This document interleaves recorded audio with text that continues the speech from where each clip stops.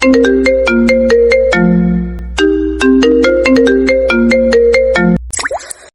ছেলে কে তুমি? কোচিং এ কি নতুন নাকি?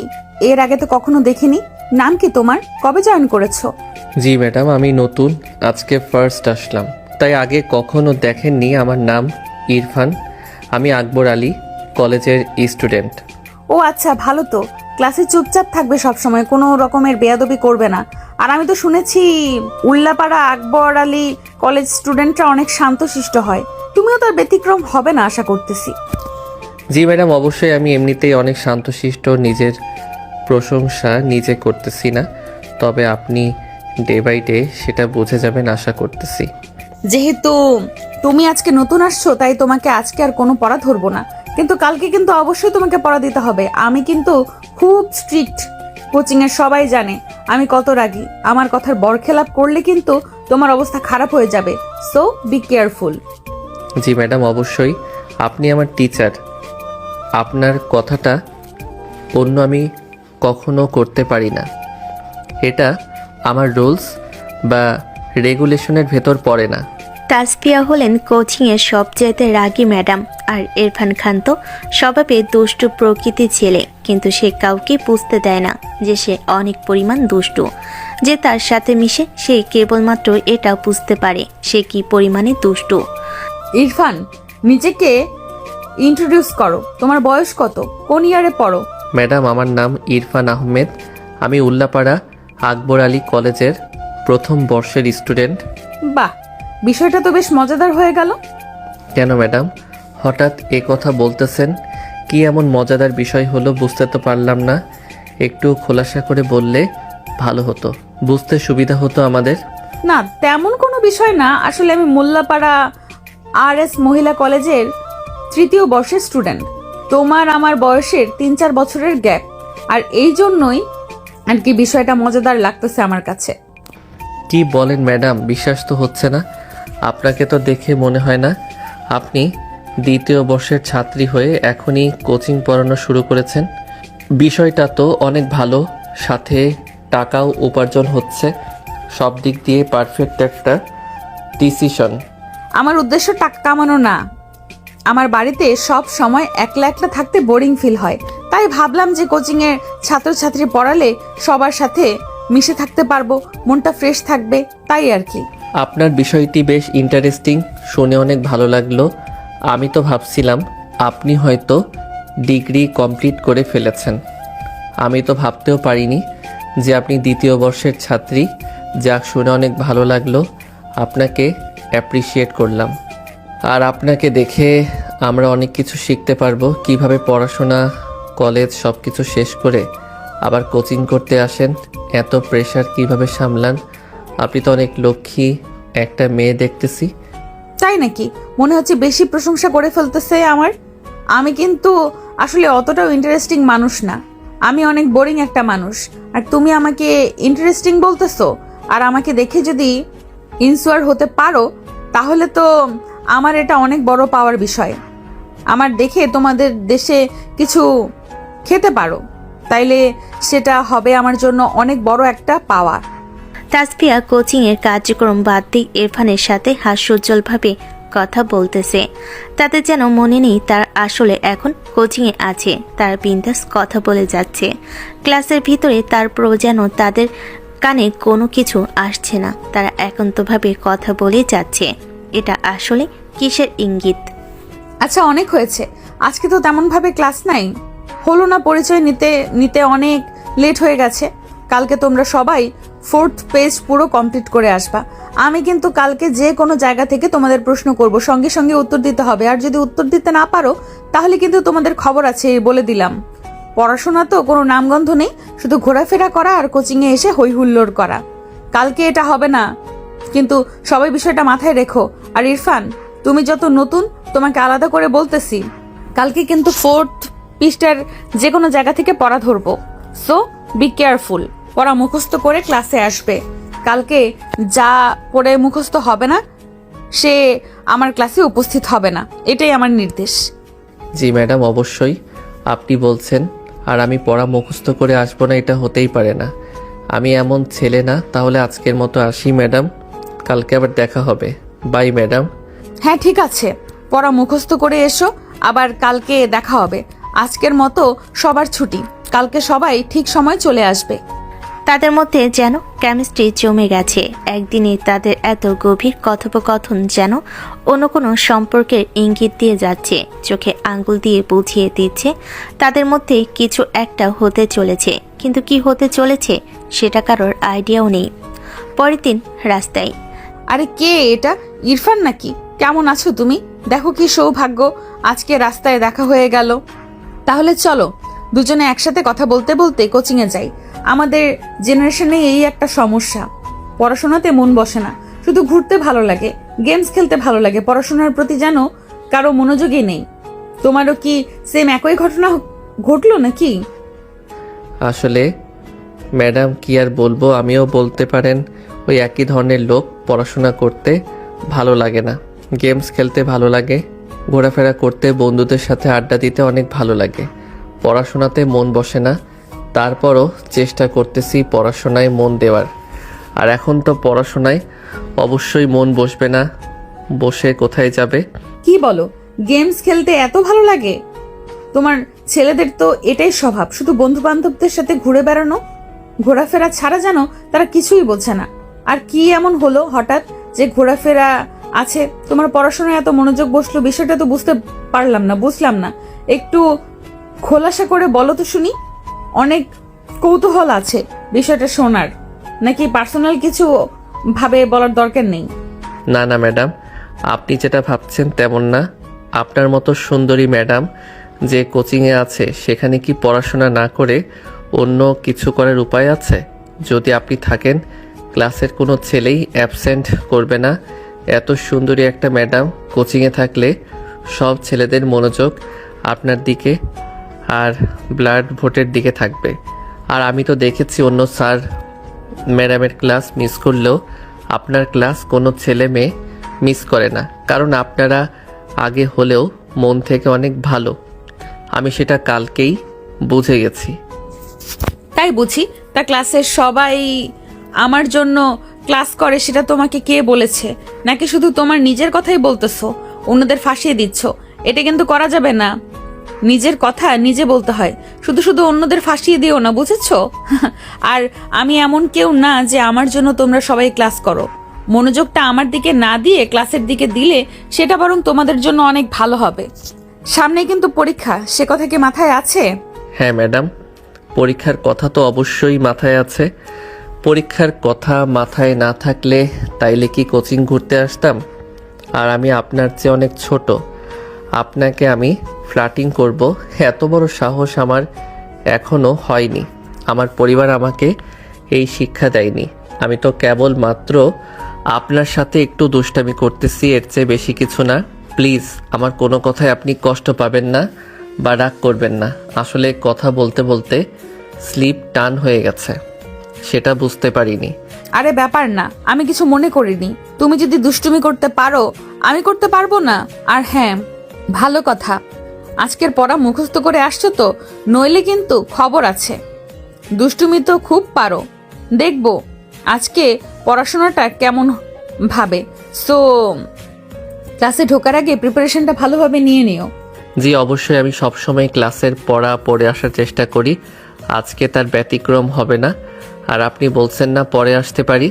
তাসফিয়া এবং ইরফান কথা বলতে বলতে ক্লাসের সামনে চলে এসেছে। ইরফান বাইরে দাঁড়িয়ে রইল আর ম্যাডাম রেস্টরুমে চলে গেল। কিছুক্ষণ পরই তো দেখলাম শুরু হবে ইরফানের তার বন্ধুদের সাথে দেখা। কী রে বন্ধু, কি ব্যাপার? একদিন হলো না কোচিং শুরু করেছিস, আর এর মধ্যে কি ম্যাডামকে পটিয়ে ফেললি নাকি? হ্যাঁ সত্যি করে বলতো মামা, ব্যাপারটা কি? হ্যাঁ আরে তোরাও না কী সব বলিস না, কিছুই আটকায় না তোদের মুখে। আর পটিয়েছে মানে এটা কেমন কথা বললি? বন্ধু, উনি আমার ম্যাডাম হন, ওনার ব্যাপারে এমন কথা কিন্তু বলা উচিত না। তাই না বলার সঙ্গে সঙ্গে এরকম টান লেগে গেল, বুঝতে পারলাম না। তাহলে বিষয়টা মনে হয় সত্যি। আর কোনো বইয়ে লেখা আছে যে ম্যাডামের সাথে প্রেম করা যাবে না? ম্যাডামকে লাইন মারা যাবে না? কোথাও তো লেখা নেই, তাই না? আর ম্যাডাম তো তোর চেয়েও বয়সে বেশি একটা বড় না, খুব হলে 2-3 বছরের একটা গ্যাপ আছে। এটা কোনো বিষয় হতেই তো পারে। আর আমাদের আন্দাজ কখনো ভুল হয় না। ধুর, তোরা এসব কী যে বলতেছিস না, মাথায় কাজ করে না। উনি হলেন আমার ম্যাডাম, আমাদের শিক্ষিকা।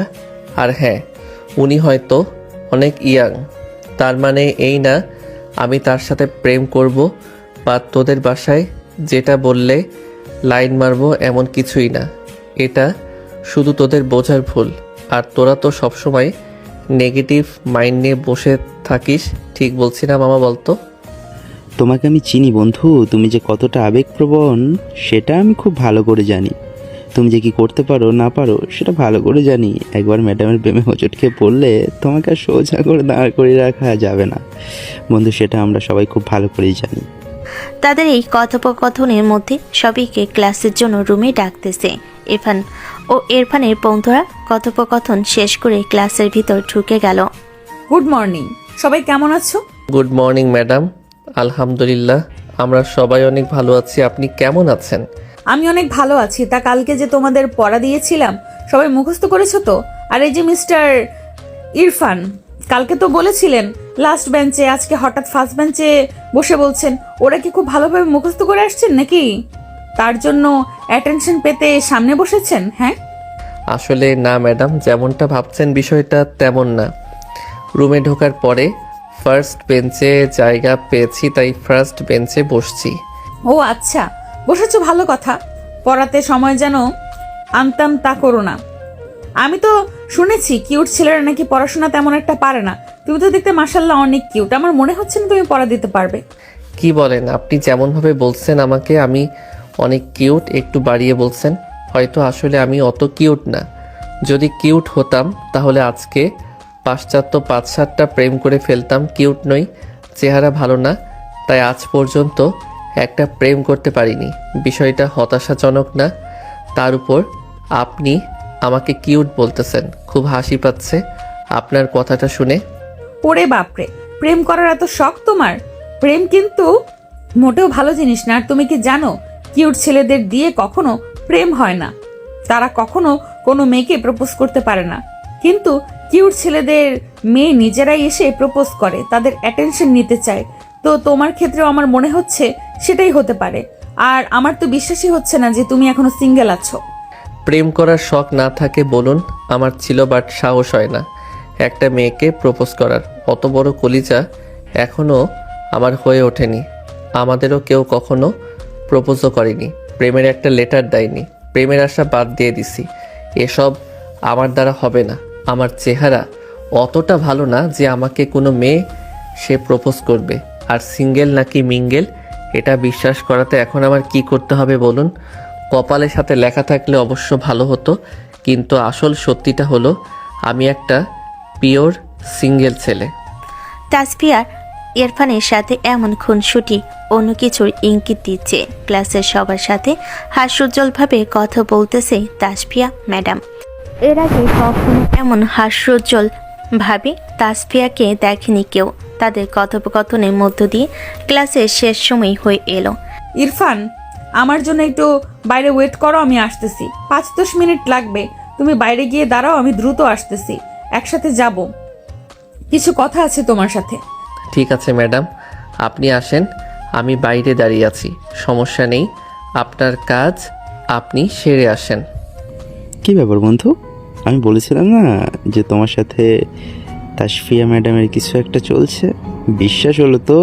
এখন তা না হলে আমাদের কখনো কাউকে এমনভাবে বললো না, আর তোমাকে আজকে দাঁড়াতে বললো, একসাথে যাওয়ার কথা বললো। এটা তো মাম্মা একটা সম্পর্কের ইঙ্গিত দিচ্ছে।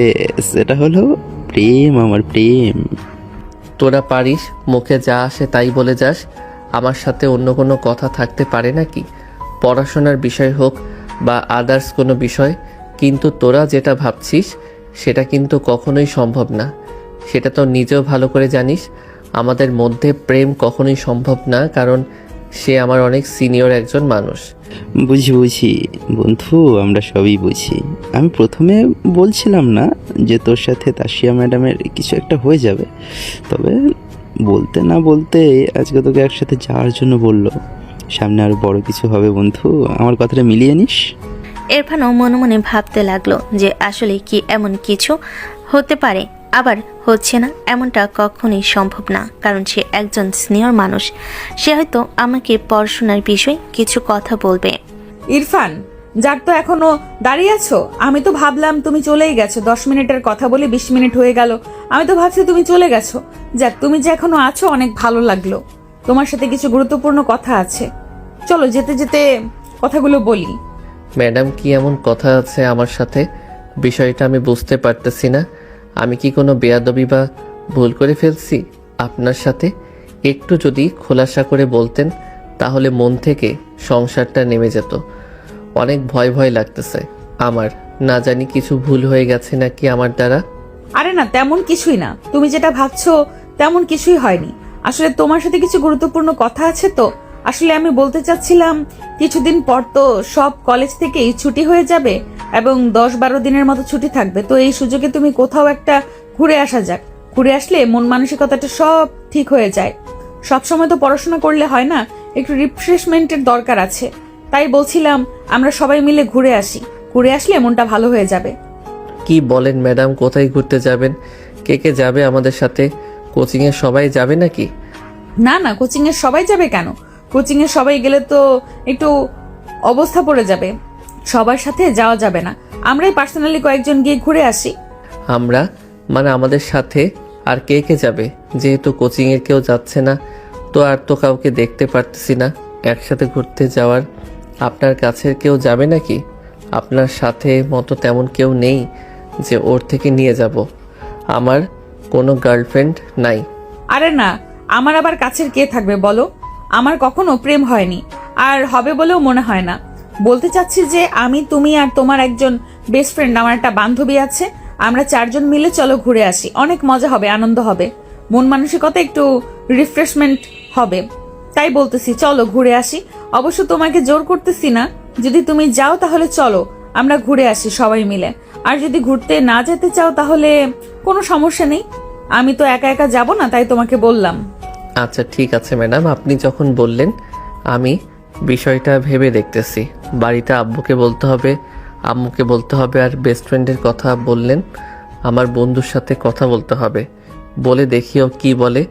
যদি সব ঠিকঠাক থাকে তাহলে ইনশাল্লাহ যাব আমি। আমার কোনো সমস্যা নাই। আপনাকে রাতে ফোন দিয়ে জানাবো আমি। তোমার কথা শুনে অনেক ভালো লাগলো। ও অন্তত আশ্বাসটা তো দিলা। ঠিক আছে, তাহলে তোমার আব্বু আম্মু বন্ধুদের সাথে কথা বলে রাত্রে জানিও। আর একজনের বেশি বন্ধুকে নিও না, নইলে সমস্যা হবে। বেশি মানুষ গেলে এনজয়টা মাটি হয়ে যাবে। 4 জন অনেক বেশি আনন্দ করতে পারবো। তাসফিয়ার এমন নরম স্বরে কথা বলা, ঘুরতে যাওয়ার প্রস্তাব, এগুলো সব কিন্তু প্রেমের দিকে ইঙ্গিত করতেছে। কিন্তু ইরফান এমন কিছু ভাবেনি। সে সব কথা নর্মালি নিয়েছে। এখন শুধু তার আব্বু আম্মু বন্ধু রাজি হলে তারা ঘুরতে যাবে। আব্বু, আব্বু তোমার সাথে কিছু কথা ছিল। যদি কিছু মনে না করো তাইলে আমি কিছু কথা বলতে চাই তোমার সাথে। আর কথাগুলো বলার পরে তুমি কিন্তু আমাকে না করতে পারবে না। কি ব্যাপার ইরফান, কিছু বলবা? আর তুমি আমার কাছে চেয়েছো এমন কিছু আমি তোমাকে দেইনি কোনো দিন হয়েছে? তুমি বলো, যদি দেওয়ার মতো হয় অবশ্যই তোমাকে দিব। কিন্তু আশা করব এমন কিছু আমাকে বলবে না যেটা তোমাকে না বলতে বাধ্য করে। আসলে আব্বু কোচিং থেকে ঘুরতে যাবে, তাই তোমার কাছে অনুমতি নিতে আসছি। যদি তুমি পারমিশন দাও তবে আমি ঘুরতে যেতে পারবো। কারণ আব্বু আমি কখনো তোমার অবাধ্য হইনি, তোমার কথার বাইরে আমি কোনো কাজ করিনি। তাই তোমার কাছে নেওয়াটা আমার কাছে অনেক বড় একটা বিষয়, তাই তোমার পারমিশনের অপেক্ষায়। সবই তো বুঝলাম, কিন্তু কে কে ঘুরতে যাবে? কাদের সাথে যাচ্ছ তুমি? কেমন ছেলে তারা? আমি তো কিছুই জানি না। এটা জানার এখতিয়ার আমার আছে। ছেলে মেয়ে কাদের সাথে ঘুরতে যায় সেটা আমি জানতেই পারি। আমি যদি আমার সবাইকে ভালো মনে হয় তবে তোমাকে পারমিশন দিব। না আব্বু, কোচিংয়ে সবাই যাবে না। শুধুমাত্র আমি, আমার বন্ধু, আমাদের কোচিংয়ের ম্যাডাম আর তার বান্ধবী যাবে। সবাই গেলে বিষয়টা কেমন যেন হয়ে যায়। সবার মধ্যে রিফ্রেশমেন্ট পাওয়া যায় না, হৈফুল্য থাকে। তাই আমরা 4-5 জন একটু রিল্যাক্সে থাকতে চাই। কি বলতেছ? ম্যাডামের সাথে ঘুরতে যাবে, আবার মাত্র 4 জন মানুষ? বিষয়টা কেমন হয়ে গেল না? আমি তো ভাবছিলাম কোচিংয়ে সবাই যাচ্ছে। তোমরা কি মাত্র এই কয়েকজন? আসলে আব্বু অতিরিক্ত কাউকে নিতে চাচ্ছি না। আমরা কয়েকজন মিলে একটু ঘুরে আসলাম, আড্ডা দিলাম। আর এখানে তো তেমন কেউ যাচ্ছে না যে উল্টাপাল্টা কিছু হবে। যাচ্ছে আমাদের কোচিংয়ের ম্যাডাম। তিনি খুবই স্ট্রিক্ট একজন মানুষ, নম্র ভদ্র, বেশি একটা কথা বলে না, কিন্তু মনের দিক থেকে অনেক ভালো। সবই তো বুঝলাম, তবে বিষয়টা আমার কেমন জানি লাগছে। তারপরও তুমি যেটা বলতেছো ভালো হবে, তাহলে আর আমার কোনো আপত্তি নেই। বিষয়টা আলোচনা সাপেক্ষে দেখতে হবে। তারপরও তোমার আম্মুর সাথে একটু কথা বলো, দেখো তোমার আম্মু কি বলে। আমি তো রাজি, কত টাকা লাগবে আমাকে বলো, আমি তোমাকে দিয়ে দেব। কিন্তু তোমার আম্মুর সাথে একটু কথা বলে দেখো তোমার আম্মু কি বলে। তোমার আম্মু যদি যেতে বলে তাহলে যাও, কোনো সমস্যা নেই। আমার আম্মু, তুমি বললে তাতে তো হয়ে গেল, আমার আম্মুকে কেন বলতে হয়? আম্মু যদি রাজি না হয়, প্লিজ আপু তুমি আমাকে বলো, আমি আর কিছু না বলি আম্মুকে। যাও, সমস্যা নাই, তোমার আম্মু রাজি হয়ে যাবে। ভালোভাবে বুঝিয়ে বলো, তোমাকে অনুমতি দিয়ে দিবে, সমস্যা নেই। তোমার আম্মু তো তোমাকে অনেক ভালোবাসে। শুধু আমার পারমিশন নিলে কি হবে? তার পারমিশন নিতে হবে। শুধু আমার পারমিশন নিলে কি হবে? তোমার আম্মুকে গিয়ে ভালো করে বলো তোমার আম্মুর আছে হয়ে যাবে। আম্মু, তোমার সাথে কিছু কথা ছিল, কিন্তু তুমি আমাকে কথা দাও, কথাগুলো বলার পরে তুমি আমাকে পারমিশন দিয়ে দিবে। যদি কথা দাও তাহলে আমি কথাগুলো বলতে রাজি আছি। কি ব্যাপার, কোনো কিছু দরকার বা কোনো ঝামেলা হলেই তো চলে আসো আমার কাছে। আজকে আবার নতুন করে কি হয়েছে বলো শুনি, কিসের পারমিশন? আম্মু, আমি একটু ঘুরতে যাব, আব্বু নম্বর দিয়েছে, এখন শুধু তোমার অনুমতি অপেক্ষা। তুমি যদি হ্যাঁ বলো তাহলে আমি ঘুরতে যেতে পারি, আর তুমি যদি না বলো তাহলে আব্বু যেতে দিবে না। প্লিজ আম্মু, রাজি হয়ে যাও। ও আচ্ছা, এই ব্যাপার। যে দেখছো কলেজ 10-12 দিন ছুটি হয়ে গেছে, তখনই ঘুরতে যাওয়ার প্ল্যান করে ফেলেছো। পড়াশোনা কিছু নেই নাকি? ছুটির সময় একটু পড়াশোনা করলেও তো পারো, এখন ঘুরতে যেতে হবে কেন? আর হ্যাঁ, কার সাথে ঘুরতে যাচ্ছ? কে কে যাচ্ছ? এখনকার ছেলের মেয়ে এত ভালো না, তাদের সাথে ঘুরতে যাচ্ছ সেটা তো জানার প্রয়োজন আছে। অবশ্যই এখানকার যে পোলাপান, বেশিরভাগই তো অভদ্র পোলাপান। তুমি অন্য কাদের সাথে যাচ্ছ? আম্মু, কোচিংয়ের কেউ যাচ্ছে না, শুধু যাব আমি, আমার বন্ধু কোচিংয়ের ম্যাডাম, আর ম্যাডামের একটা বান্ধবী। বেশি মানুষ হলে মজা থাকে না, সব সময় হইলে ওর চেয়ে বেশি আমার ভালো লাগে না। তাই আমরা 4 জন ঘুরতে যাওয়ার প্ল্যান করছি। আর এই ঘুরতে যাওয়ার প্ল্যানটা ম্যাডামেরই।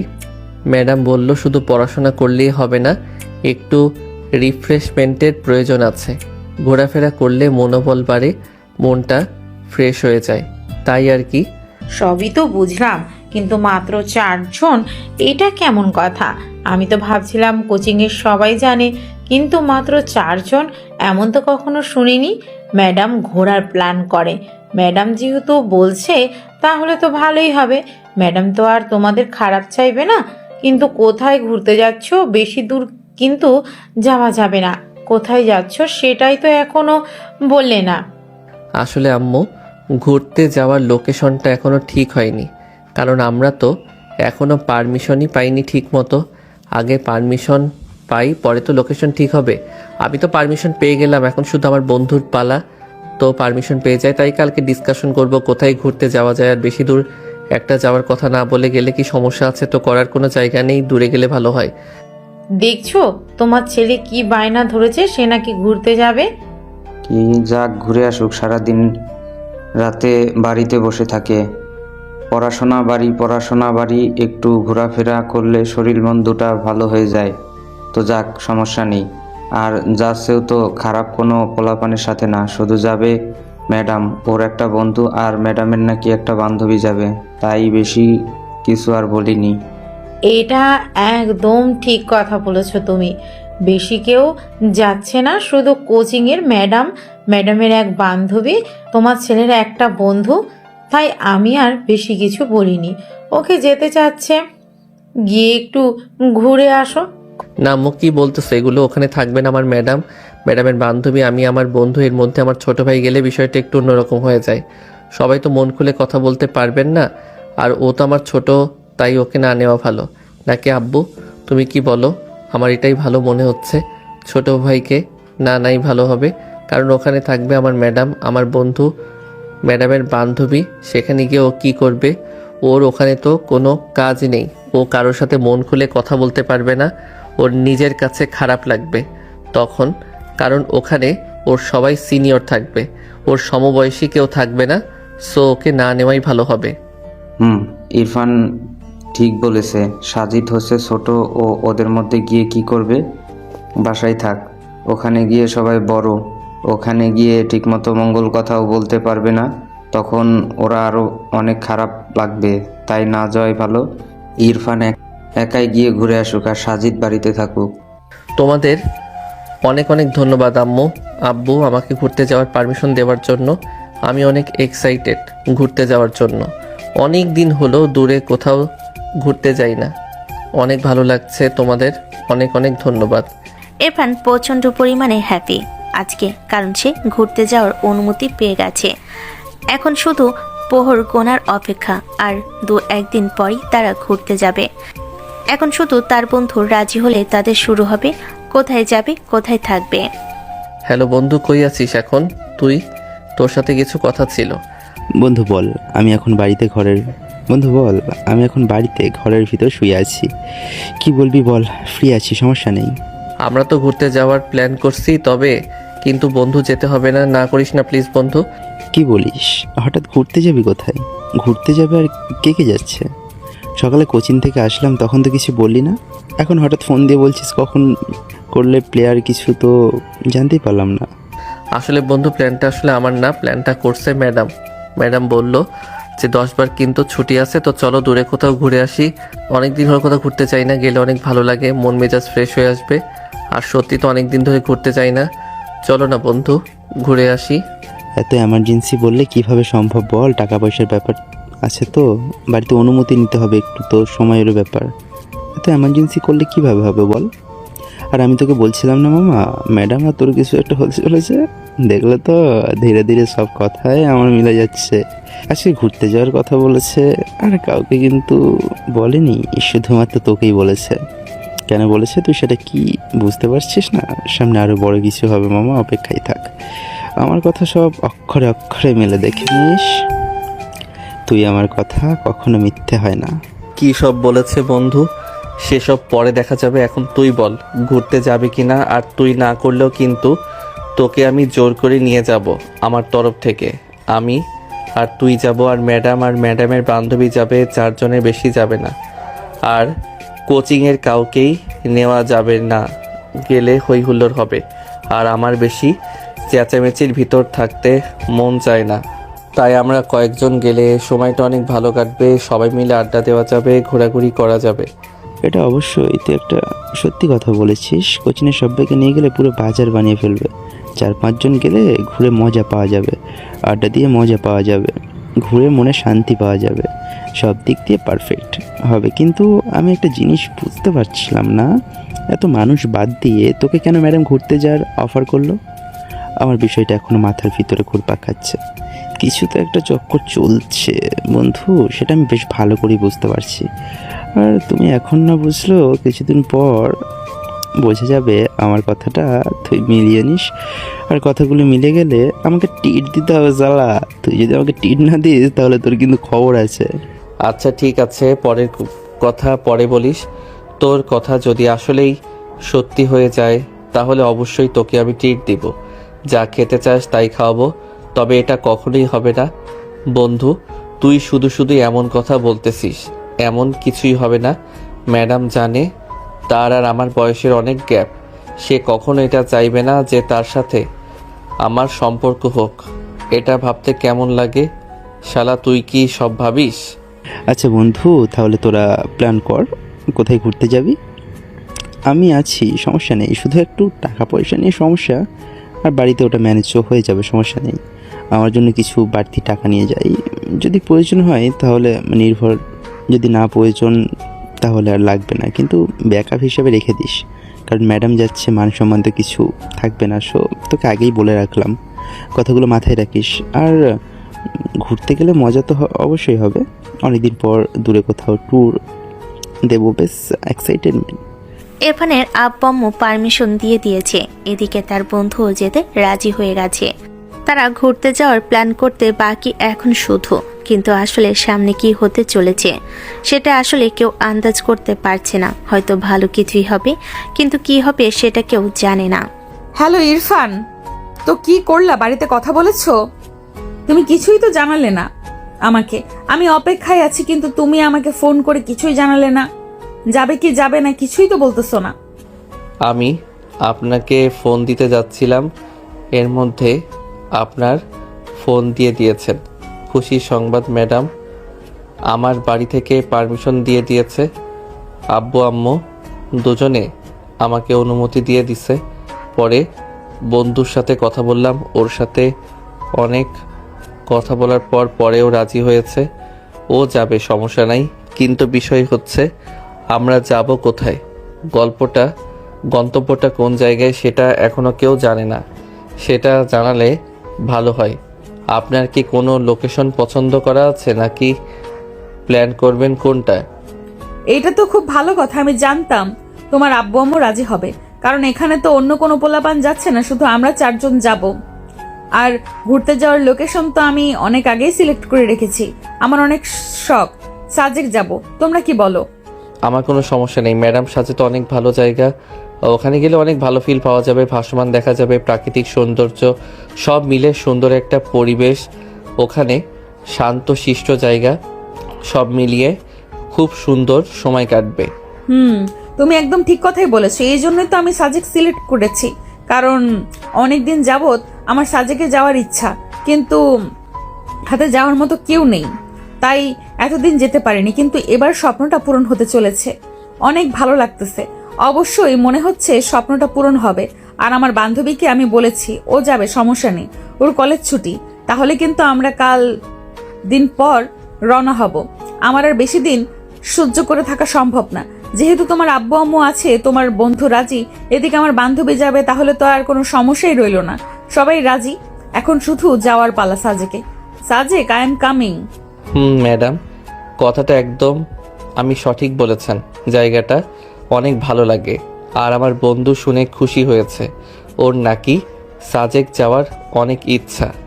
এর আগে কখনো সময় সুযোগ কোনোটাই হয়ে ওঠেনি, এখন যখন দুটোই হয়ে গেছে আর বাধা কোথায়। Let's go Sajek. মজা হবে, আনন্দ হবে, প্রকৃতির সাথে কথা বলা হবে, সব একসাথে, ফুল প্যাকেজ। সবাই সাজেক যাওয়ার জন্য অনেক এক্সাইটেড। সবারই সাজেকে যাওয়ার অনেক ইচ্ছে। এবার হয়তো তাদের স্বপ্ন সত্যি হতে চলেছে, কিন্তু সামনে আরো বড় কিছু ধামাকা অপেক্ষা করতেছে। হ্যালো বন্ধু, কী রে, তুই রেডি হয়েছিস? এমনিতে কিন্তু লেট করা যাবে না, বাস আছে। লেট হলে কিন্তু অনেক বড় ঝামেলা হয়ে যাবে বন্ধু। আরে কি বলিস বন্ধু, আমি ভোর থেকে রেডি হয়ে আছি, আমার সব ঠিকঠাক, ব্যাগপত্র সব গুছিয়ে ফেলেছি, নিচেও অলমোস্ট রেডি হয়ে গেছি। তাহলে কিছুক্ষণ পরে বের হই নাকি? ও দেখি ম্যাডামের বান্ধবী সবাইকে রেডি আছে, তোদের সাথে কথা বল, দেখো ওরা কি বলে। আর আমার মাকে নিয়ে কোনো চিন্তা করিস না। হ্যালো ম্যাডাম, আমরা তো রেডি। আপনাদের কি খবর? আপনারা মেয়ে মানুষ, আপনারা তো সাজতে অনেক সময় নেন, আপনাদের আর কতক্ষণ সময় লাগবে? আমার বন্ধু তো ব্যাগপত্র গুছিয়ে বসে আছে শুধু আপনাদের অপেক্ষায়। এখন বেশি কিন্তু লেট করা যাবে না, বাস মিস হলে কিন্তু আমাদের না ক্যান্সেল হয়ে যাবে। সেই কথাটা কি আপনার মাথায় আছে? আপনার বান্ধবী কি রেডি হয়েছে একটু শুনেন ফোন দিয়ে। তোমরা এই ভিসা নিয়ে চিন্তা করতে হবে না, আমি ব্যাগপত্র রাতেই গুছিয়ে রাখছি। আর এখন শুধু রেডি হতে সময় লাগবে মাত্র 10 থেকে 15 মিনিট। আর আমার বান্ধবীও সেম একই, রাতেই ও ব্যাগ গুছিয়ে রেখেছে। এখন শুধু রেডি হতে বাকি, বাদ বাকি সব কমপ্লিট। তোমরাও গোছগাছ করে বের হও, আমাদের বেশি সময় লাগবে না। ঠিক আছে ম্যাডাম, তাহলে আমি আর আমার বন্ধু ব্যাগপত্র নিয়ে গয়হট্টা বাজারের দিকে গেলাম। আমরা বাজারে থাকবো, আপনারা যত দ্রুত সম্ভব চলে আসেন। আমরা বাজারে অপেক্ষা করতেছি আপনাদের জন্য। এখন তাইলে ফোন রাখলাম। ঠিক আছে, তোমরা বাজারে গিয়ে অপেক্ষা করো, আমরা আসতেছি কিছুক্ষণের মধ্যেই। আমাদের সময় লাগবে না, ঠিক আছে? তোমরা এগোও তাহলে, আমরা আসতেছি। এখন শুধু তাদের সময়ের অপেক্ষা, অধিক আগ্রহের অবসান ঘটতে যাচ্ছে। এখন তারা উল্লাপাড়া বাস স্ট্যান্ডে গিয়ে বাস ধরবে। ওখান থেকে সরাসরি সাজেক মেঘের রাজ্যে নামে পরিচিত সাজেকে যাওয়ার মজাই আলাদা। এইদিকে তাসফিয়া এবং তাসফিয়ার বান্ধবী রেডি হয়ে বাজারে চলে আসছে। এখন তারা উল্লাপাড়ার দিকে রওনা হবে। ইরফান, জায়গাটা অনেক সুন্দর না? কত সুন্দর পরিবেশ, হিমেল হাওয়া বইছে, প্রাকৃতিক সৌন্দর্য দেখতে কার না ভালো লাগে বলো? সত্যিই আজকে অনেক ভালো লাগতেছে। আমার এর পেছনে অবশ্য তোমার অনেক বড় অবদান আছে। তুমি যদি রাজি না হতে তাহলে কখনোই সম্ভব হতো না। তোমার জন্যই আজকে আমার সাজেকে আসার স্বপ্ন পূরণ হলো। আরে কিছু বলেন না, আপনি আমার আগে সিনিয়র মানুষ, তার উপর আবার ম্যাডাম। আপনি একটা আবদার করছেন, আমি সেটা কখনো হতে পারে? আর আমারও তো সাজেকে আসার অনেক ইচ্ছা ছিল। আপনার ওসিলাতে আমার স্বপ্ন পূরণ হয়ে গেল। দেখুন না জায়গাটা কত সুন্দর, মনে হচ্ছে সারা জীবন এখানে থেকে যাই। কিন্তু কি করার, যেতে তো আমাদের হবেই। কিন্তু এই প্রকৃতির মাঝে থেকে যেতে মন চাচ্ছে না, মনে হচ্ছে প্রকৃতির মাঝে হারিয়ে যাই। এখানে আসার পেছনে অনেক বড় একটা মিথ্যা লুকিয়ে আছে, যে মিথ্যেটা সত্য করার জন্য আজকে আমাদের এখানে আসা। আমি এখন তোমাকে এমন একটা কথা বলতে যাচ্ছি, সেটা শুনে তুমি হয়তো বেশ অবাক হবে, হয়তো আমার উপরে অনেক রাগও করবে, কিন্তু এটা বলার জন্যই আমি অনেক অপেক্ষা করেছি। আর না, আজকে আমাকে সেই কথাটা বলতেই হবে। কি বলেন? আপনার কথাগুলো তো আমার মাথার উপর দিয়ে যাচ্ছে। আপনি কি বলতেছেন আমি তো ঠিক কিছুই বুঝতে পারতেছি না। কি এমন সত্যি কথা যেটা বলার জন্য আপনি আমাদের সবাইকে সাজেকে নিয়ে আসলেন? আপনার কথা কিন্তু আমার মাথার উপর দিয়ে যাচ্ছে। প্লিজ একটু ভালো করে বলুন, আমার তো টেনশন আরও বেড়ে যাচ্ছে। ইরফান, আসলে আমি বলতে চাচ্ছিলাম যে আমি তোমাকে যেদিন কোচিংয়ে প্রথম দেখেছিলাম, সেদিন তোমাকে প্রথম দেখাতে আমি তোমাকে ভালোবেসে ফেলেছি, কিন্তু কখনো সাহস হয়নি তোমাকে বলার। কিন্তু আজকে এটাই সুযোগ, এইরকম সুযোগ আর কখনো পাবো না। আমি তোমার বউ হতে চাই, তোমার কাছ থেকে ভালোবাসা চাই, তোমার মনের ভেতর থাকতে চাই। I love you. প্লিজ আমার ভালোবাসা তুমি ফিরিয়ে দিও না। কথাগুলো শুনে যেন ইরফানের মাথায় সাজেকের সেই সুন্দর মনোরম প্রাকৃতিক পরিবেশের মধ্যে তার মাথার উপর আকাশ ভেঙে পড়ার মতো অবস্থা। কি থেকে কি হয়ে গেল সেটা কখনো কল্পনাও করতে পারে নাই যে এমন কিছু হতে পারে। সেই সময় তার বন্ধুর কথা তার খুব মনে পড়ছিল। তার বন্ধু তাকে বলেছিল ম্যাডাম নাকি তাকে লাইক করে। আজকে কথাটা সত্য হয়ে গেল, কিন্তু ইরফান এখনও বুঝতে পারতেছে না এটা কি করে হলো। আমাকে ম্যাডাম কি করে বলতে পারলো? কি বলতেছেন এগুলো ম্যাডাম? আপনার মাথা কি ঠিক আছে? আপনি হুঁশে আছেন তো? আপনি কি আদৌ বুঝতে পারতেছেন আপনি কি কথা বলতেছেন? আমাকে এটা কিভাবে সম্ভব বলেন? আপনি আবার একজন সিনিয়র মানুষ, তারপরও আপনি আমার ম্যাডাম হন। আপনি এ কথা কি করে বলতে পারেন? আমার তো মাথায় কাজ করতেছে না। দেখো ইরফান, আমি যা বলতেছি সব ভেবেই বলতেছি। আমি আন্দাজে কোনো কথা তোমাকে বলিনি। তোমাকে আমার অনেক ভালো লাগে, আমার এত ভালো লাগে কখনো কাউকে লাগেনি এর আগে। কিন্তু তোমাকে প্রথম দেখাতেই আমি তোমার প্রেমে পড়ে যাই, কিন্তু কখনো বলার সাহস হয়ে ওঠেনি। আমি মনে মনে ভেবেছিলাম যে এইভাবে সম্ভব না, আমাদের দূরে কোথাও যেতে হবে, সেটাই হবে আমাদের জন্য পারফেক্ট জায়গা। সেখানে আমি তোমাকে প্রপোজ করব। আজকে আমার সেই দিন, তুমি আমাকে ফিরিয়ে দিও না। না না ম্যাডাম, এটা সম্ভব না। আমি কখনো এটা পারবো না। প্লিজ আপনি বোঝার চেষ্টা করুন। আপনি যে সম্পর্কের কথা বলতেছেন, এই সম্পর্ক কেউ কখনো মেনে নেবে না। আমার আব্বু আম্মু যদি জানতে পারে যে আমাদের মধ্যে এমন কিছু চলতেছে, তাহলে আমাকে একদম মেরে ফেলবে। ভাবছিলাম সাজেক এসে অনেক আড্ডা দিব, প্রকৃতির মাঝে হারিয়ে যাব, খাওয়া দাওয়া করব। কিন্তু আপনি এমন একটা কথা বলেন যেটা শুনে আমার সব আনন্দ খুশি কোথায় যেন হারিয়ে গেল। এটা কখনো সম্ভব না। আপনি একটু বোঝার চেষ্টা করুন, সমাজ পরিবার কেউ আমাদের এই সম্পর্ক মেনে নেবে না। প্লিজ। দেখো ইরফান, সমাজের দোহাই দিও না। সমাজ শুধু সমালোচনাই করতে পারে, সমাজ কি আমাকে বা তোমাকে খাওয়াতে পারবে সেটা কিন্তু মনে করবে না।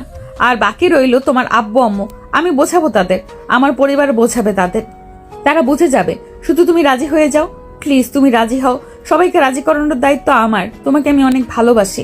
আমি কখনো কাউকে আগে ভালোবাসিনি, কাউকে আমার এমন ভালোই লাগেনি, কিন্তু কেন জানি না তোমাকে প্রথম দেখাতেই আমার অনেক ভালো লেগে গেছে।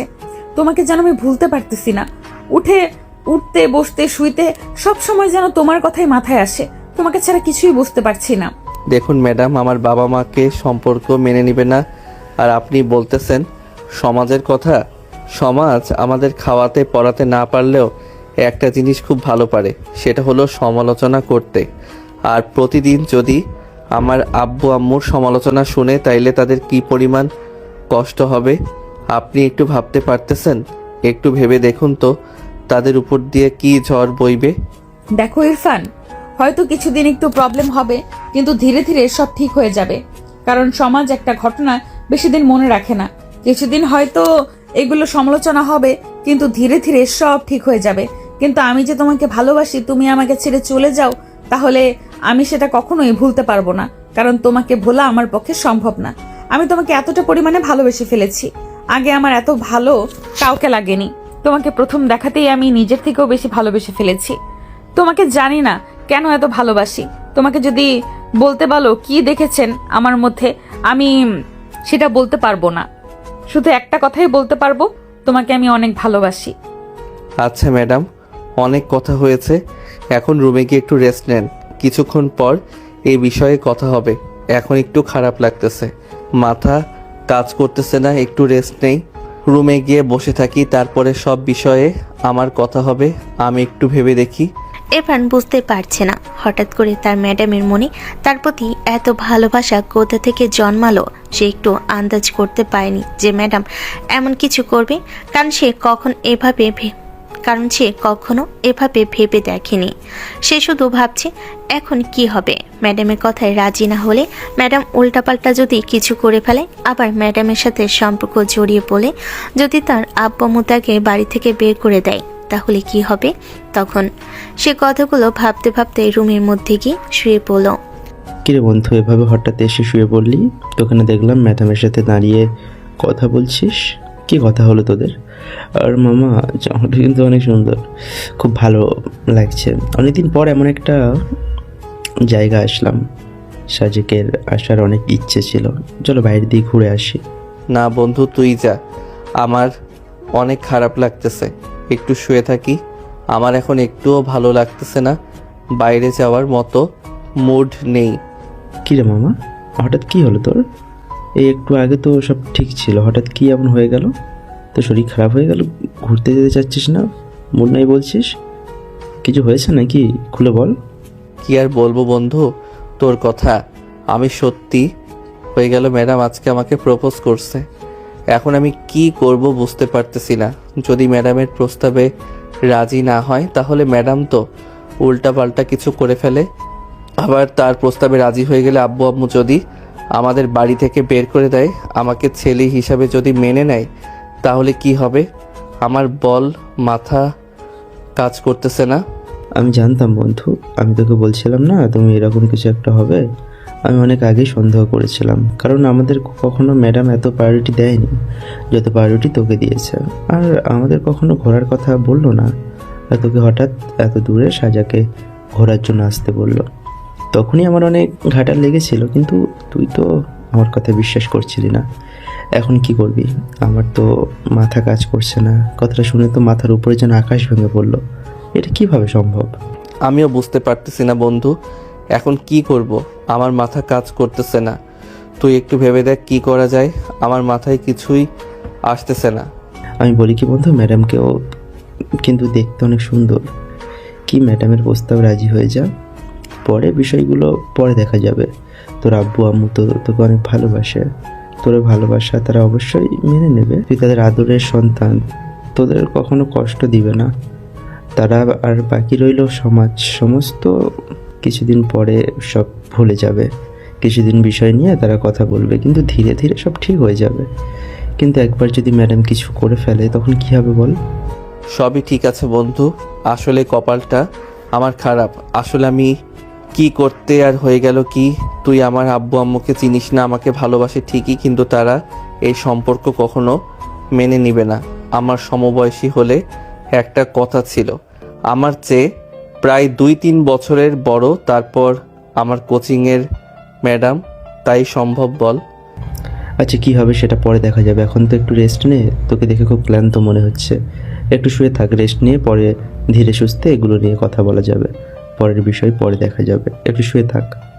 ইরফান ওই ইরফানের বন্ধু কেউ জানে না এই কথাটা, বিশ্বাস করতে পারছে না যে ম্যাডাম এই কথা বলেছে। ম্যাডামের সাথে সম্পর্ক তার পরিবার কখনোই মেনে নেবে না, এটা তার বক্তব্য।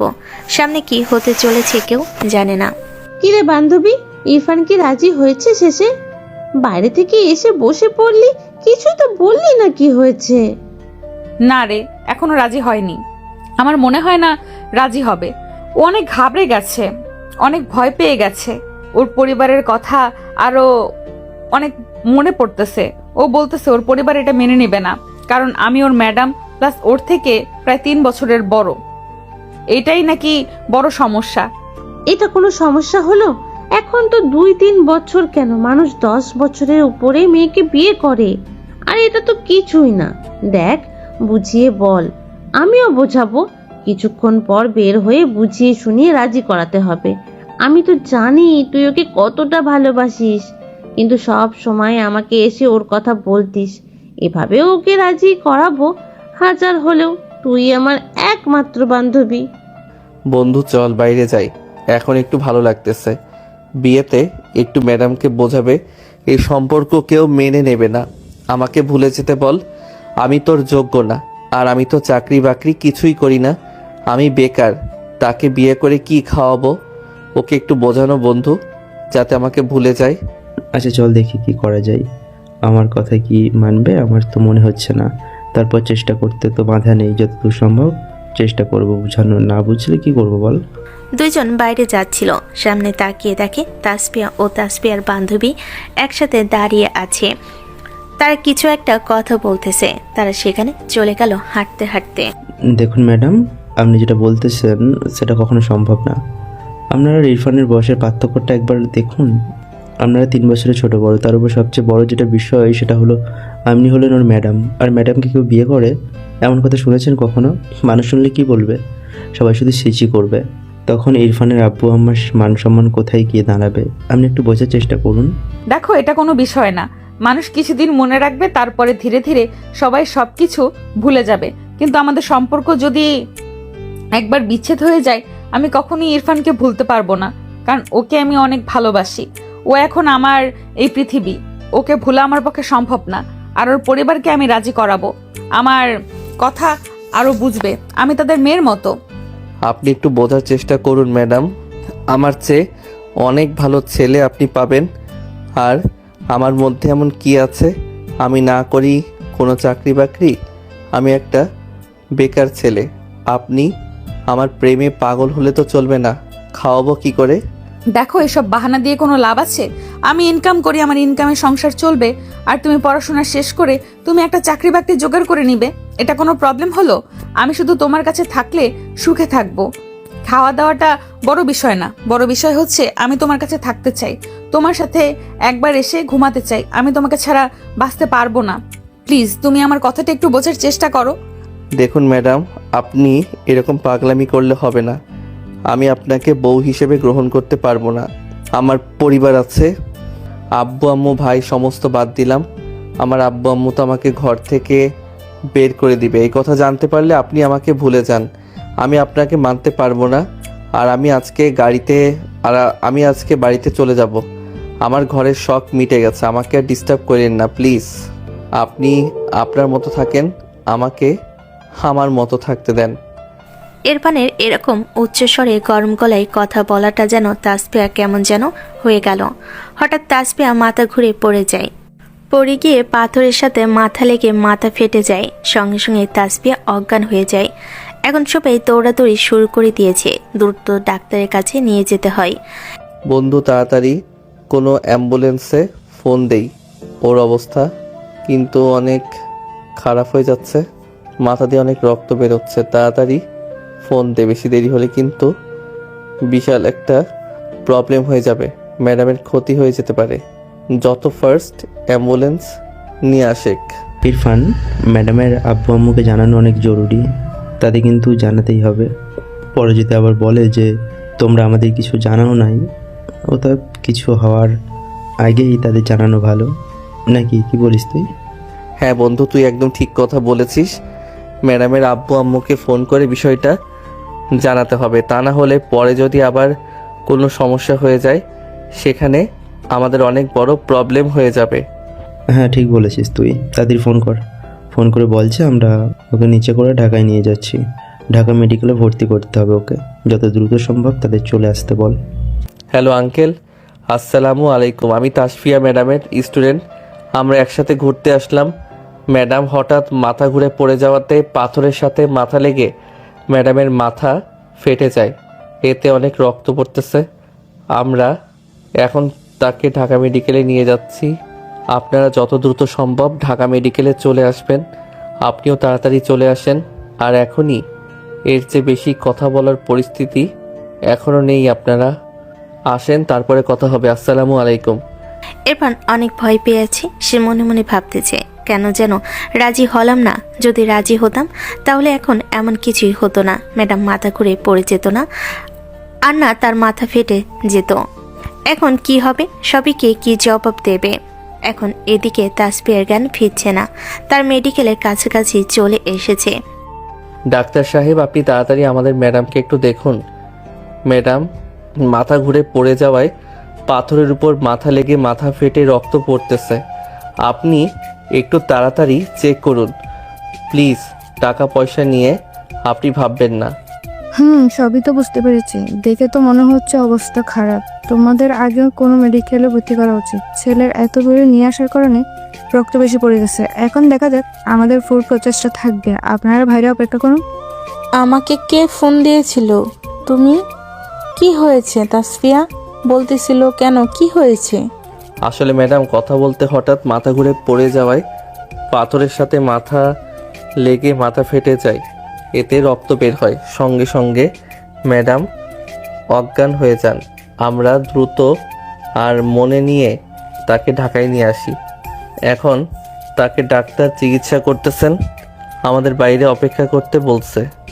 এত কিছু হয়ে গেল আর আমাকে বললে না? একটা বড়, তোমাকে তো তখন থেকেই বললাম যে কি হয়েছে কি হয়েছে, তুমি তো কিছুই বললে না। তুমি শুধু বললে আপনি তাড়াতাড়ি ঢাকা মেডিকেলে আসেন। আসলে আন্টি, তখন বলার মতো কোনো পরিস্থিতি ছিল না, কারণ তখন ম্যাডামের অবস্থা অনেক খারাপ ছিল। এর মধ্যে মাথা কাজ করতেছিল না। কি করব না তাই সব কথা বলতে পারিনি। আপনি তো বুঝতেই পারতেছেন আমাদের সিচুয়েশনটা। দেখুন, আপনারা বেশি চিন্তা করবেন না। রোগী এখন আগের থেকে অনেকটা সুস্থ আছে। তার মাথা যেখানে ফেটে গেছিল সেখানে আমরা সেলাই করে দিয়েছি। এখন আগের থেকে অনেক বেটার ফিল করতেছে। আপনারা এখন তার সাথে দেখা করতে পারবেন না। আপনাদের 1 ঘন্টা অপেক্ষা করতে হবে। তার জ্ঞান ফিরলে আপনারা তার সাথে দেখা করিয়েন, সমস্যা নেই। এখন সে অনেক সুস্থ আছে। ইরফান এবং ইরফানের বন্ধু তাসফিয়ার বান্ধবী, তারা সবাই একটা কথাই লুকাচ্ছিল যে আসলে তাসফিয়া কেন মাথা ঘুরে পড়ে গেছিল। বিষয়টা এখনও জানাজানি না হলেও বাড়ি যাওয়ার পরে বিষয়টি জানাজানি হবে। কিরে মা, কি এমন হয়েছিল তোর যে মাথা ঘুরে পড়ে গেলি, তাও আবার পাথরের উপর? তুই তো আগে কখনো এমন মাথা ঘুরে পড়ে যাসনি। হঠাৎ কি হলো তোর, মাথা ঘুরে পড়ে গেলি? শরীর কি খুব দুর্বল হয়েছে? সেজন্য তোকে বললাম যে দূরে কোথাও ঘুরতে যাস না। তুই তো আমার কথা শুনলি না। একটুর জন্য বড় কোনো অঘটন ঘটেনি।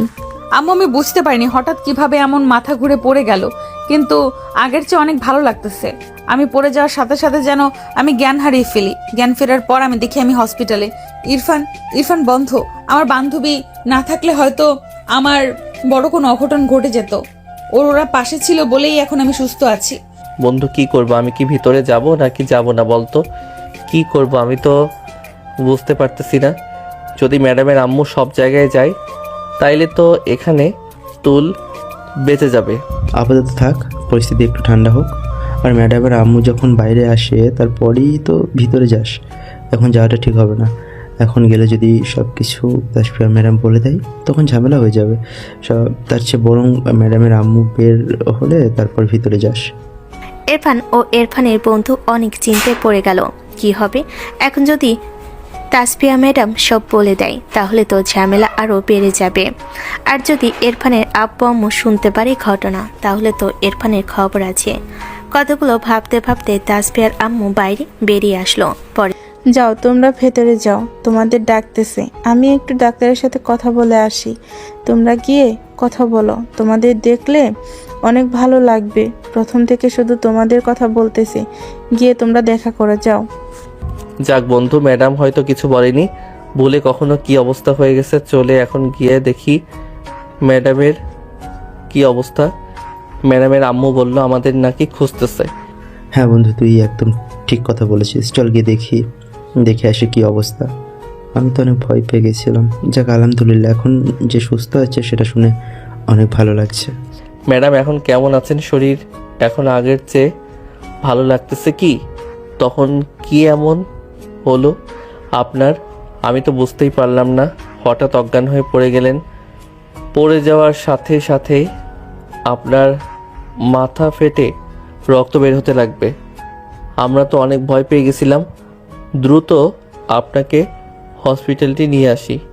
আমাকে নিয়ে এত চিন্তা করে কি লাভ তোমার? আমি বাঁচলেই বা কি, মরলেই বা কি? আমি মরে গেলেই তো তুমি খুশি হও, তোমার পথের কাঁটা সরে যায়। আমাকে তো তুমি চাও না। তো আমি সুস্থ থাকলেই তোমার কি, আর না থাকলেই তোমার কি? খুশি হওয়ার তো কোনো কারণ আমি দেখতে পাচ্ছি না। তোমার তো মন খারাপ হওয়ার কথা। দ্রুত আপনাকে হসপিটালে নিয়ে আসি। ম্যাডাম, আপনি এগুলো কী সব কথা বলতেছেন? আপনি মরে গেলে আমি খুশি হব, এটা আপনি ভাবলেন কি করে? আমি আপনাকে শুধু প্রেমের প্রস্তাব মানা করে দিয়েছি, তাই বলে এই নয় যে আপনাকে আমি পছন্দ করি না। অবশ্যই আপনাকে আমি ম্যাডাম হিসেবে অনেক পছন্দ করি, কিন্তু প্রেমিকা হিসেবে নয়। আর আপনি এটা কেমন কথা বললেন? আপনি মরে গেলে আমি খুশি হব? কথাটা শুনে অনেক খারাপ লাগলো ম্যাডাম।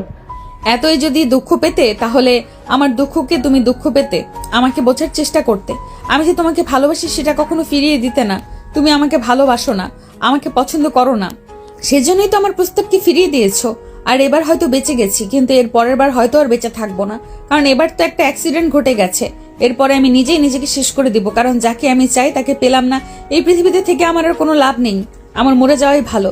তোমাকে ভালোবাসি, তোমাকে যদি না পাই তাহলে আমি আর অন্য কাউকে পেতে চাই না, তাই নিজেকে নিজেই মেরে ফেলাই উত্তম। ম্যাডাম, এবার কিন্তু আমি খুব কষ্ট পাচ্ছি আপনার কথা শুনে। আপনি কথাগুলো কেমন করে বলতে পারতেছেন আমার জন্য? যদি আপনি আত্মহত্যা করেন সেটার জন্য দায়ী থাকবো আমি, আর আমি কখনো সেটা চাইবো না। আপনি বেঁচে থাকুন 1000 বছর, কিন্তু একটা জিনিস আপনি বুঝতে পারতেছেন না, সেটা হলো আমাদেরই সম্পর্ক কেউ মেনে নিবে না। আপনি আমার চেয়ে অনেক ভালো ছেলে ডিজার্ভ করেন, এটা আপনাকে বুঝতে হবে। আমি তো ছোট একটা ছেলে, আপনি আমার চেয়ে অনেক সুন্দর হ্যান্ডসাম ছেলে পাবেন। আমার অন্য কাউকে চাই না, আমার তোমাকে চাই। আর বারবার ম্যাডাম ম্যাডাম করে বলতেছো কেন? তুমি করে বলো। তোমার মুখে তুমি করে শোনার আমার অনেক ইচ্ছা। যদি একবার তুমি আমাকে তুমি করে বলতে, হৃদয়টা প্রশান্ত হয়ে যেত। আমার অন্য কাউকে চাই না, আমার তোমাকে চাই। আর বারবার ম্যাডাম ম্যাডাম করে বলতেছো কেন? তুমি করে বলো। তোমার মুখে তুমি শোনার আমার অনেক ইচ্ছা। যদি একবার তুমি করে বলতে, হৃদয়টা প্রশান্ত হয়ে যেত। তোমার মুখে তুমি শোনার জন্য আর কতদিন অপেক্ষা করাবে আমাকে? আমাকে আর কতবার ফিরিয়ে দিবে? আমি তো মৃত্যুর দুয়ার থেকে ফিরে এসেছি, কিন্তু এরপর কিন্তু আর ফিরে আসবো না। যদি হারিয়ে যায়, যে হারিয়ে যায় তাকে খুঁজে পাওয়া যায়, কিন্তু যে নিজে থেকে হারিয়ে যায় তাকে কিন্তু খুঁজে পাওয়া যায় না। আমিও কিন্তু নিজে থেকে হারিয়ে যাব, আমাকে কখনোই কেউ খুঁজে পাবে না, কারণ আমি আর এই পৃথিবীতে থাকবো না। ম্যাডাম, এমনভাবে পাগলামি করলে কিন্তু হবে না। আপনি অলমোস্ট অসুস্থ হয়ে গেছেন, কালকে আপনাকে বাড়ি নিয়ে যেতে হবে। আপনাকে সুস্থ হন, পরে এগুলো বিষয়ে কথা বলা যাবে। এখন এগুলো বিষয় নিয়ে কথা বলার মতো সময় নেই। আপাতত আপনি সুস্থ হওয়া জরুরি। আপনাকে নিয়ে অনেক চিন্তা হচ্ছে। আসলাম ঘুরতে, আর কি থেকে কি হয়ে গেল বুঝতেই পারলাম না। একটা দিনও শান্তি মতো করতে পারলাম না, আড্ডা দিতে পারলাম না। ভাবছিলাম অনেক, কিন্তু হলো না কিছুই। আপনি আগে সুস্থ হন, এগুলো বিষয় নিয়ে পরে কথা বলবো প্লিজ। আর এগুলো নিয়ে কথা বলবেন না। কে মা, আসল ঘটনা কি আমাকে খুলে বলতো? তুই কখনো এমন মাথা ঘুরে পড়ে যাসনি, ঘটনা আমাকে বল। তুই কিন্তু সত্যি কথাটা গোপন করতেছিস, কি হয়েছে সেটা ভালো করে খুলে বল। আমি কিন্তু ভালোই বুঝতে পারতেছি তুই মিথ্যে কথা বলতেছিস, সত্যিটা খুলে বল। আসলে আব্বু, আমি তোমাদের একটা কথা বলতে চাই। আম্মু, তোমাকেও বলতে চাই, আমি ইরফানকে খুব ভালোবেসে ফেলেছি। ওকে আমি কখনোই ভুলতে পারবো না, আর পারতেছি না। সেদিন যখন এই কথাটা বললাম, আমার মুখে না বলল যে পরিবার মেনে নেবে না, সমাজ মেনে নেবে না, আমাকে মুখের উপরে না বলে দিল, তখনই আমার মাথা কাজ করতেছিল না। সঙ্গে সঙ্গে মাথা ঘুরে পড়ে যাই, আর পড়ে যাওয়ার সঙ্গে সঙ্গে পাথরের সাথে মাথা লাগে, তখনই মাথা ফেটে যায়। প্লিজ তোমরা আমার উপরে রাগ করো না। আমি কখনো এমন কিছু করিনি যার জন্য তোমাদের মাথা নিচু হয়ে যাবে। আমি এখনো তেমন কিছুই করিনি, শুধু ভালোবেসেছি। ভালোবাসা ভুল না। কি বলতেছিস মা এগুলো? এটা কখনো সম্ভব বল? তুই তুই ইরফানের চেয়ে প্রায় 2-3 বছরের বড়। আবার তুই যে কোচিংয়ে পড়াস, সে কোচিংয়ের ছাত্র। এটা কখনো কেউ মেনে নিবে না। যাই হোক, আমি নিজেই বুঝি না। আমি শুধু একটা জিনিসই বুঝি, আমি ইরফানকে বিয়ে করব। আমি ওর সাথে থাকব, ওর সাথে সংসার করব, আমি ওর সাথে শুয়ে থাকব। তুমি প্লিজ ওর আব্বু আম্মুকে ডেকে নিয়ে এসো, ওদের সাথে কথা বলো, না হলে কিন্তু আমি উল্টাপাল্টা কিছু করে ফেলবো। তখন কিন্তু আমাকে বাঁচাতে পারবে না। তাসফিয়ার এমন আচরণে তার আব্বু আম্মু দুজনেই অবাক হলেন যে তারা কোন তাসফিয়াকে দেখতেছে। ও তো এমন ছিল না, হঠাৎ কি হলো ওর এমন হয়ে গেল? এমন আমূল পরিবর্তন। একটা মেয়ে ছিল, এমন কি হলো যে ওর বয়সে 2-3 বছরের ছোট একটা ছেলেকে এত ভালোবেসে ফেলেছে? শুনছ, এখন কি করবে? মেয়েটা তো একদম পাগল হয়ে গেছে। যদি উল্টাপাল্টা কিছু করে বসে তখন কি হবে? আমাদের একটা মাত্র মেয়ে, তখন আমরা কাকে নিয়ে বাঁচব? ওই আমাদের আশা ভরসা। যদি ওই না থাকে আমি কি করে বাঁচব? বলো, তুই কিছু একটা করো প্লিজ। মেয়েটার এমন পাগলামি আমি আর সহ্য করতে পারতেছি না। ওর মুখটা শুকিয়ে গেছে, তুমি দেখেছো? সবই তো বুঝতেছি, কিন্তু সমস্যা তো একটা জায়গায়। ওর সামনে ইরফানের আব্বু আম্মু কি রাজি হবে? কারণ ও হলো কোচিংয়ের ম্যাডাম, আর ইরফান সে কোচিংয়ের ছাত্র মাত্র। তার উপর ওর চেয়ে বয়সে 3 বছরের বড়। এখন তার পরিবার যদি না মানে, তাহলে আমার কিছু করার আছে বলতো? আরে কথাগুলো তো বলতেও লজ্জা লাগতেছে। এখন দেখো, যেভাবেই হোক ইরফানের আব্বু আম্মুকে রাজি করাতেই হবে। মেয়েটার মুখের দিকে তাকানো যাচ্ছে না। কি হয়ে গেছে ওর? কি মেয়ে ছিল, আর কি হয়ে গেল ওর? কষ্টের আমার সহ্য হচ্ছে না। তুমি প্লিজ কথা বলো এরপর আম্মু আব্বুর সাথে। আচ্ছা, আমি আপাতত ইরফানকে ডাকতেছি, আগে ওর সাথে কথা বলতে হবে। ওর সাথে কথা বলে পরে ওর আব্বু আমাকে ফোন দিয়ে ডেকে নিয়ে আসবো, পরে ওদের সাথে কথা বলা যাবে। হ্যালো ইরফান, কোথায় তুমি বাবা? আমি তাসফিয়ার আব্বু বলছি। যদি একটু আমাদের বাসায় আসতে অনেক ভালো হতো, তোমার সাথে কিছু কথা ছিল। ঠিক আছে আঙ্কেল, আমি আসতেছি। আমি অবশ্য আপনি না বললে যেতাম। ম্যাডামকে দেখতে যেতে হবে, তো সে কালকে কথা হয়েছে, এর মধ্যে আপনার ফোন দিয়ে ফেললেন 5-10 মিনিটের ভিতরে। এসো ইরফান, এসো। তোমাদের আঙ্কেল ঘরের মধ্যে বসে আছে, যাও, তোমার সাথে নাকি কথা বলবে। কি আর বলবো বলো, সব তো জানোই তুমি। তোমাকে আর নতুন করে কি বলবো? এখন আমার মেয়েটা তো পাগল হয়ে যাচ্ছে বাবা। ওর মুখের দিকে তাকানো যাচ্ছে না। একটা বার আমার মেয়ের মুখের দিকে তাকিয়ে কি এই প্রস্তাবে রাজি হওয়া যায় না? আঙ্কেল, আমি আর কি বলবো বলেন? আমার আব্বু আম্মু আছে, আপনি ওদের সাথে কথা বলেন। শুধু আমি রাজি হলে তো হবে না, আমার আব্বু আম্মুর তো রাজি হতে হবে। আর আঙ্কেল, আমি রাজি আছি। আমিও ম্যাডামকে অনেক ভালোবেসে ফেলেছি, সেটা শুধু বলতে লজ্জা, তাই বলিনি কখনো। কিন্তু আম্মু, তাসফিয়াকে অনেক ভালোবেসে ফেলেছি, শুধু লজ্জাতে বলতে পারিনি কখনো। তুমি যে রাজি সেটা তো আমি জানতাম না, এখন মাত্র জানতে পারলাম। শুনে অনেক ভালো লাগলো, কিন্তু তুমি তো বুঝতে পারছো। আর তোমার আব্বু আম্মুর নাম্বারটাও দাও, আমি ফোন দিয়ে আসতে বলতেছি, ওদের সাথে কথা বলি। ঠিক আছে, তাহলে আমি নাম্বার দিচ্ছি। আমার আব্বু আম্মুর সাথে কথা বলে, তাদের আসতে বলেন, তাদের সাথে বসে কথা বলেন। হ্যালো, আসসালামু আলাইকুম। আমি তাসফিয়ার আব্বু। আপনার ছেলে যে কোচিং সেন্টারে পড়ে, সেখানকার শিক্ষিকা। আপনাদের সাথে কিছু কথা ছিল। যদি একটু কষ্ট করে আমার বাড়িতে আসতেন তাহলে অনেক খুশি হতাম। ইরফানের আম্মুকে সাথে নিয়ে আসবেন। সবই তো বুঝতে পারতেছি কিসের জন্য আমাদের যেতে বলতেছে, কিন্তু আমার মনে হয় না এটা কোনো সমাধান হবে। তবে আপনি যত বলতেছেন তাহলে আসতেছি কিছুক্ষণের মধ্যে। আসেন আসেন, এই তাসফিয়ার আম্মু ওদের বসতে দাও, চা নাস্তা রেডি করো, সবাইকে চা দাও। বলেন কি বলতে চান? আমার ছেলের সাথে আমার কথা হয়েছে এই বিষয় নিয়ে, ওর সাথে অনেক রাগারাগি হয়েছে এই বিষয়ে। আমি চাচ্ছি আপনার সাথে রাগারাগি হোক, এটা কখনো সম্ভব না। কোচিংয়ের ম্যাডাম হয়ে কি করে ছাত্রের সাথে বিয়ে হয়, এটা কখনো সম্ভব? সমাজ কি বলবে? ইরফান বললো নাকি তাসফিয়াকে অনেক ভালোবাসে। একটা বোঝানোর চেষ্টা করুন ভাই, আমার মেয়েটাকে একটু দেখে আসেন, ওর অবস্থা একটু দেখেন, ওর খুবই খারাপ অবস্থা। ও বলতেছে যদি ইরফান কেউ না পায় তো আত্মহত্যা করবে, নিজের প্রাণ নিজে দিয়ে দিবে। এখন আমরা তো বাবা মা বলে, আপনার তো ইরফানের বাবা মা, যদি আপনাদের ছেলে আমার কথা বলতো তাহলে আপনারা কি বলতেন বলেন? আমাদের অবস্থা খুবই খারাপ, খাওয়া দাওয়া কিছুই নেই, অনেক চিন্তায় আছি। তাসফিয়া খাওয়া দাওয়া করতেছে না, ওষুধ খাচ্ছে না, এভাবে চলতে থাকলেও তো অসুস্থ হয়ে যাবে। সবই তো বুঝতে পারতেছি ভাই, কিন্তু আত্মীয় স্বজনকে কি বলবো? সমাজের মানুষ শুনলেই সি করবে। এখন কি করি বলেন? আমার ছেলে তো পাগলামি করতেছে, আর আপনার মেয়ে তো পাগলামি করে বসে আছে। এখন কি দিয়ে কি করি কিছুই বুঝতে পারছি না। এখন ভাই দেখেন, মেয়েও তো পুরো পাগল হয়ে গেছে ইরফানকে বিয়ে করার জন্য। এখন আমরা তো আর ওকে কম বুঝাইনি, কিন্তু বুঝতে চাচ্ছে না। ওর কথা একটাই, ওই ইরফানকে বিয়ে করবে। আমরা ওকে অনেক বুঝিয়েছি, কিন্তু ওর সেই একই কথা। এখন কি করব আপনারাই বলেন? চোখের সামনে নিজের মেয়েকে এভাবে কি মরতে দেখব?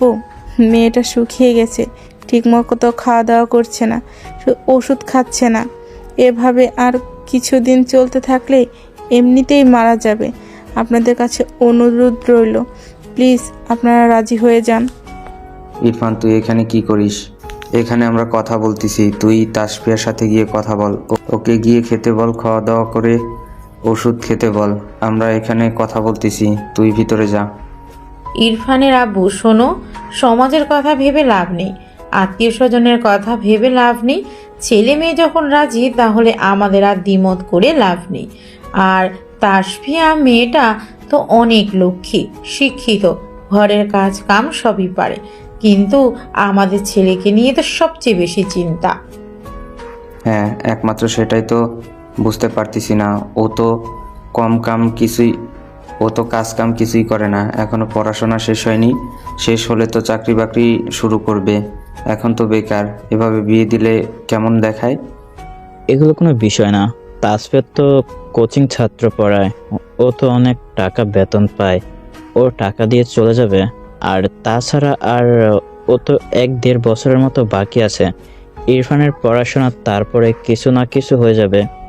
এগুলো নিয়ে এখন তো এত চিন্তা করে লাভ নেই। কি বলতেছেন ভাই? এগুলো আমার ঘরের বউ হয়ে যাবে, বাইরে গিয়ে কাজকর্ম করবে? এটা কখনো সম্ভব না। আমার কোনো কিছুর অভাব নেই, আমার যত বড় বিজনেস আছে, আমার ছেলে পড়াশোনা শেষ করে সেই বিজনেস সামলাবে। ওর কোনো চাকরি বাকরি করতে হবে না। আমি শুধু ওকে ভয় দেখাতে চাকরি বাকরি করতে হবে, যাতে বাস্তবতা বুঝতে পারে। কিন্তু আমি কখনো চাকরি করাতাম না, কারণ আমার নিজের বিজনেস হবে। এগুলো দেখাশোনা করলে অনেক। আর আপনার মেয়েকে নিয়ে কি আমরা বাইরে চাকরি করাবো? আমাদের বংশের এরকম হয় না। তাহলে তো হয়েই গেল। আর আমার মেয়ে তাসফিয়া আর ইরফানকে আমি পুরো সাজিয়ে দেব, যা যা প্রয়োজন আমি সব দেব। তাহলে বিয়ের ডেটটা আগে এখনই করবেন নাকি কিছুদিন পরে আসবেন? সব কিছু যখন ঠিকঠাক হয়ে গেল তাহলে বিয়ের ডেট ঠিক করে ফেলি। দেরি করে আর লাভ নেই। সামনে সোমবারের দিনটা ভালো হবে। এখন ওদের ছুটি চলতেছে, এখন ভালো সময় সামনে। সোমবার ওদের বিয়ের ডেটটা ঠিক করে ফেলি। আজকে তো রবিবার, মাঝখানে আর 1 সপ্তাহ সময় পাওয়া যাবে। দেরি করে লাভ নেই, ধুমধাম করে বিয়ে দেব। কেউ ভাবতে পারেনি যে এত সহজে তাদের বিয়ে পাকাপোক্তভাবে হয়ে যাবে। ইরফান তাসফিয়া কেউ আশা করেনি তাদের পরিবার এত সহজে তাদের সম্পর্ক মেনে নিবে। সবাই তো বেশ অবাক। সবশেষে তাসফিয়াও খুশি, ইরফানও খুশি, সঙ্গে দুই পরিবারও খুশি। দেখলে তো, আমার জন্যই আমাদের বিয়ে ঠিক হলো। যদি আমি রাতে আব্বুর সাথে কথা না বলতাম, আব্বুকে রিকোয়েস্ট না করতাম, তাহলে কখনোই আব্বু রাজি হতো না। তবে যাই করো, আমার চেয়ে বেশি করনি। আমি অনেক কষ্ট সয়েছি তোমাকে পাবার জন্য, সবচেয়ে বেশি কষ্ট হয়েছে আমার। তবে যতই কষ্ট করি সব কষ্ট এখন সার্থক মনে হচ্ছে। তোমাকে আমি পেয়ে গেলাম, এর চেয়ে বড় খুশি আমার কাছে আর কিছুই নেই। পৃথিবীর বুকে সবচেয়ে খুশি মানুষ এখন আমি। হ্যাঁ অবশ্যই, আমার ওই একই কথা। এতদিন দেখেন ম্যাডাম বলে জানতাম, আর 7 দিন পরে সে আমার ঘরের বউ হবে। ভাবতে অবাক লাগতেছে। নিজের কাছে কেমন লাগতেছে, কোচিংয়ের ম্যাডাম হয়ে গেল বউ। দেখো, আর ম্যাডাম ম্যাডাম করো না, মেজাজটা এমনিতেই খারাপ হয়ে যাচ্ছে তোমার ম্যাডাম ম্যাডাম শুনতে শুনতে। আমাকে এখন শুধু জান, সোনা, ময়না এগুলো বলে ডাকবা। তোমার কাছ থেকে এর চেয়ে বেশি আমি আর কিছুই আশা করি না। শুধু আমাকে সারা জীবন আগলে রেখো, ভালোবেসে পাশে থেকো, কখনোই আমাকে ছেড়ে যেও না। অসম্ভব, তোমার হাত যখন ধরেছি এই হাত আর কখনোই ছাড়তেছে না। তোমার হাত ছাড়বো মরণের পরে, এর আগে নয়। তোমাকে সারা জীবন ভালোবেসে আমার এই বুকে জড়িয়ে রাখতে চাই। আমি অনেক সুখী একজন মানুষ, অনেক লাকি একজন মানুষ যে তোমার মতো একটা মেয়েকে আমার জীবন সঙ্গী হিসেবে পেলাম। এই কথা বলে দুজন দুজনকে জড়িয়ে ধরে একে অপরকে চুমু খেতে লাগলো। তাদের দুজনের এই আলিঙ্গন, ভালোবাসা, তাদের এই সম্পর্ক যেন নতুন একটা ঠিকানা পেল। ভালোবাসা তো এমনই হওয়া উচিত, একে অপরের পাশে থাকা, প্রতি বিশ্বাস, ভালোবাসা। সম্পর্ক তো শুধু শরীরের নয়, আত্মার হতে হয়। হৃদয়ে ভালোবাসা থাকলে সেই ভালোবাসা কখনো নষ্ট হয় না। পৃথিবীর সকল ভালোবাসাই পূর্ণতা পাক, কারো ভালোবাসা অপূর্ণতা ছোঁয় না। থাকুক ভালোবাসা, মানেই তো একে অপরের প্রতি শ্রদ্ধা, বিশ্বাস, মনের মিলন। সব মিলিয়ে তো ভালোবাসা। ভালোবাসার মানুষ কেউ কাউকে কখনো না ছেড়ে যায়। সকল ভালোবাসার মানুষ সুখী হোক, সবার ভালোবাসা পূর্ণতা পাক। এভাবেই আরেকটি ভালোবাসার গল্প পূর্ণতা পেল।